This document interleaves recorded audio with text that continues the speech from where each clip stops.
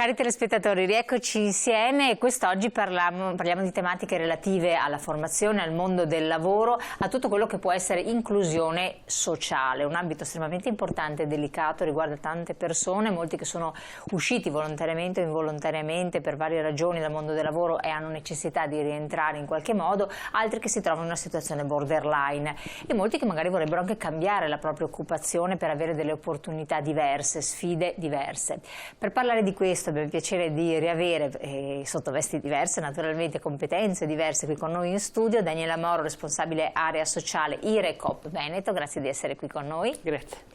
E anche Eleonora Pietrogrande, responsabile area politiche attive del lavoro, sempre di IRECOP Veneto, grazie anche a lei. Buongiorno.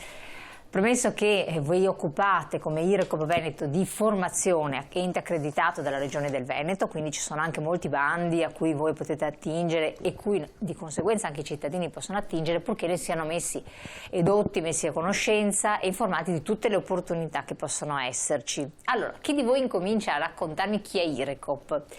Dottoressa Moro, vuole iniziare lei? Sì, grazie. Allora, IRECOP Veneto è un ente appunto di formazione, si occupa di diverse tematiche, in modo particolare oggi vi parleremo delle politiche sociali e delle politiche del lavoro, cioè che cosa sta succedendo anche in questo tempo storico dopo la pandemia alle famiglie italiane colpite sotto diversi fronti e anche come rispetto alle opportunità appunto di inserimento e reinserimento lavorativo che cosa sia la Regione Veneto, i fondi sociali europei ci stanno mettendo a disposizione e IRECOP Veneto agisce in nome per conto di Regione Veneto essendo appunto un ente accreditato per la formazione. Ne accennavamo fuori onda per un dato di fatto, c'è stato uno spartiacque importante che è come un po' per tutto, che è stato questo della pandemia e i cambiamenti poi che sono in atto. Io guardavo anche un po' il mercato del lavoro, peraltro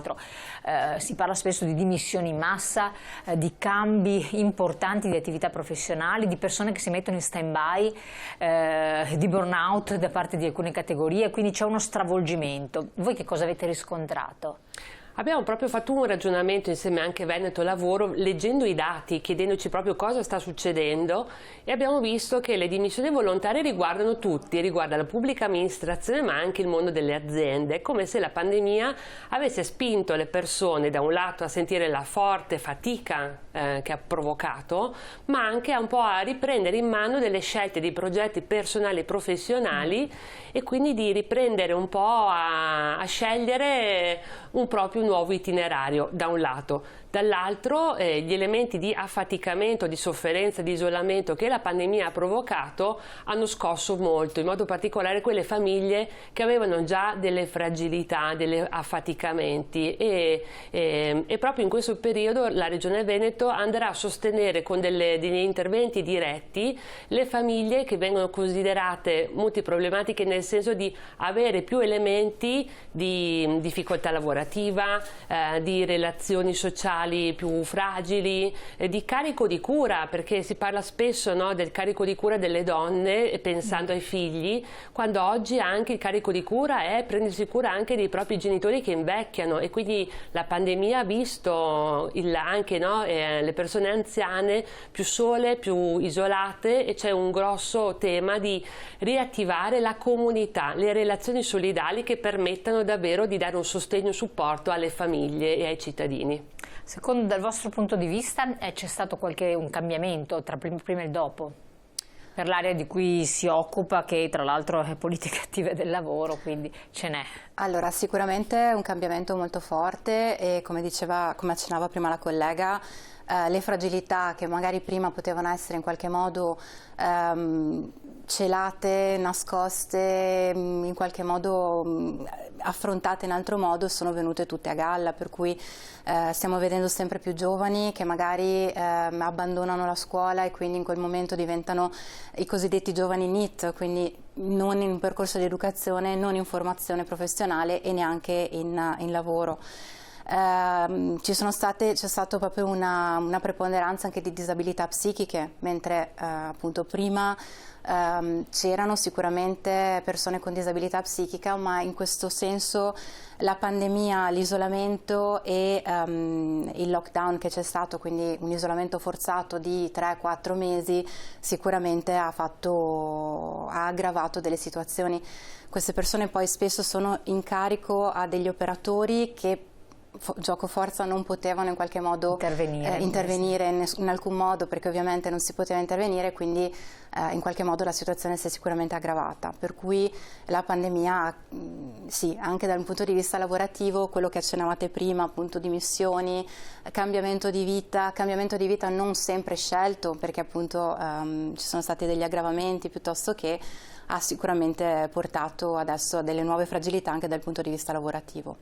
Dottoressa Moro, lei anche appunto essendo responsabile dell'area sociale si occupa, diciamo, psicologia anche in qualche modo del lavoratore, perché dovete entrare proprio nel merito. Io ne ho parlato tante volte con presidenti di categorie imprenditoriali e quello che emerge è che forse non c'è comprensione della parte datoriale di che meccanismo sia scattato, perché non si dice, frase un po' luogo comune, i giovani non hanno voglia di lavorare, quindi non si prodigano se non alle loro condizioni, chiedendo prima determinate classiche informazioni, che poi visto con distacco dici, beh, è lecito chiedere certe cose, è forse un'altra generazione che non aveva il coraggio di farlo, ma attenzione. Poi i lavoratori sono impazziti dopo il Covid, hanno perso la voglia di lavorare in un certo modo, chiedono tanto di restare a casa, modalità diverse, chiedono degli aumenti, insomma come se tutto fosse una cosa assurda, quando invece dici, beh, il costo della vita è aumentato, ho scoperto una nuova modalità di vita che è anche la mia personale, c'è chi ha rischiato la propria vita, si è visto la morte davanti e quindi ha detto è tutto qua, quindi tante domande che secondo me la parte datoriale non si vuole porre, non è che non se le pone, non se le vuole porre perché metterebbe in discussione tutto, ma non è che per un'analisi un po' più profonda deve cambiare anche il mondo del lavoro e quindi siete voi in primis ad essere presi in causa, anche nella formazione stessa, le modalità con cui si deve approcciare per renderlo più appetibile, insomma, più fattibile possibile, perché altrimenti le persone veramente continueranno ad optare per altre scelte, che poi portino al bene e al male non lo sappiamo, però questo è un dato di fatto. Diciamo che il mondo delle imprese di sicuro sta subendo molte pressioni nate e aumentate con la pandemia, di burocrazia, di tensioni, ma anche proprio di cambiamenti del mercato del lavoro, di produzione, della grande trasformazione, no, che stiamo vedendo. E sentono questa pressione da un lato. Dall'altro, se non condividono il progetto dell'impresa, perché no, la parola imprendere vuol dire proprio fare insieme, vincere una sfida insieme ai lavoratori, si vanno a creare questi disallineamenti, come se l'imprenditore corresse veloce per non perdere opportunità, il lavoratore che non riesce a comprendere i cambiamenti, quindi non è coinvolto nel cambiamento. Esatto, ritorna un pochino a far prevalere le proprie istanze, le proprie esigenze, che magari adesso sono più forti proprio perché il caro vita, la fatica, no, di che cosa ci sta succedendo, le preoccupazioni rispetto anche per esempio a tutte le fasce più giovani, ai figli e agli adolescenti, di cosa la pandemia sta provocando proprio in termini anche di fragilità psichica. Stanno aumentando tantissimo le fragilità psichiche in fase adolescenziale. Questa è un'altra tematica importante. In questo disallineamento gli imprenditori devono prendere e riprendere in mano uno spirito di squadra nel condividere queste sfide. I lavoratori devono rimettersi in gioco e ritrovare delle motivazioni personale e professionale, perché il lavoro deve diventare anche un momento di realizzazione personale, non è solo l'occasione per avere un giusto reddito, ovviamente su alcune categorie, in alcune parti, per esempio noi ci occupiamo anche di operatori sociosanitari, alcune volte queste figure che sono le figure più a contatto dei pazienti, delle persone fragili, non hanno sempre un reddito adeguato al ruolo che gli viene dato. e quindi diciamo bisogna ritornare a sentirsi squadra, risentirsi motivati.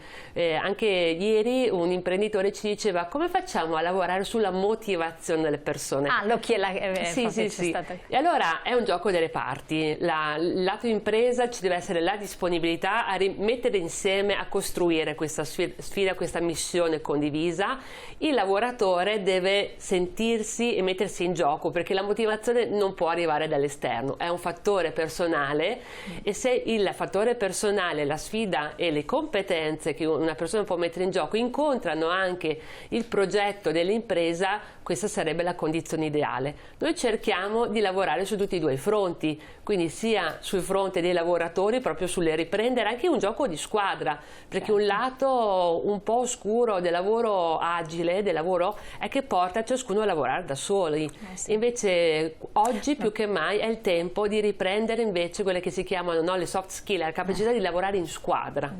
Che poi tra l'altro c'è un altro aspetto che riguarda i giovani, poi vedremo anche nella formazione, se questo si riscontra, che con il fatto che il lavoro è agile, l'agilità praticamente vuol dire a pezzi, no? Lavoro un anno, 2 anni, 6 mesi, progetti, vado avanti eccetera, poi con le ripercussioni pensionistiche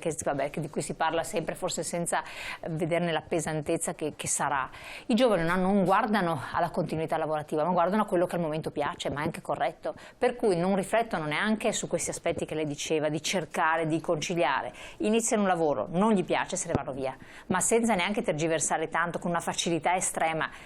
che ci sta nel gioco delle cose, perché le generazioni precedenti invece miravano alla continuità di un rapporto, per cui dicevano: no dai, pur di non perdere questo mi sacrifico. Adesso la parola mi sacrifico è quasi aberrante. Lo riscontra anche lei adesso, intanto nella formazione, poi chiedo sempre anche alla dottoressa Molo. Prego, dottoressa. Sì, allora sicuramente si riscontra questo nella formazione. Come diceva lei, soprattutto nella categoria dei più giovani, perché poi in realtà noi abbiamo tutta una serie di fasce un pochino over, che ancora ovviamente risentono della vecchia mentalità. Ma dopo ne parliamo delle fasce over, perché dedichiamo un bel capitolo. I giovani assolutamente sì. Volevo solo aggiungere una cosa a quanto stavate dicendo prima, ovvero che adesso si punta sempre di più sulla formazione digitale per qualsiasi fascia di età, quindi non solo i giovani, ma anche appunto le persone un pochino più âgé, un pochino più over,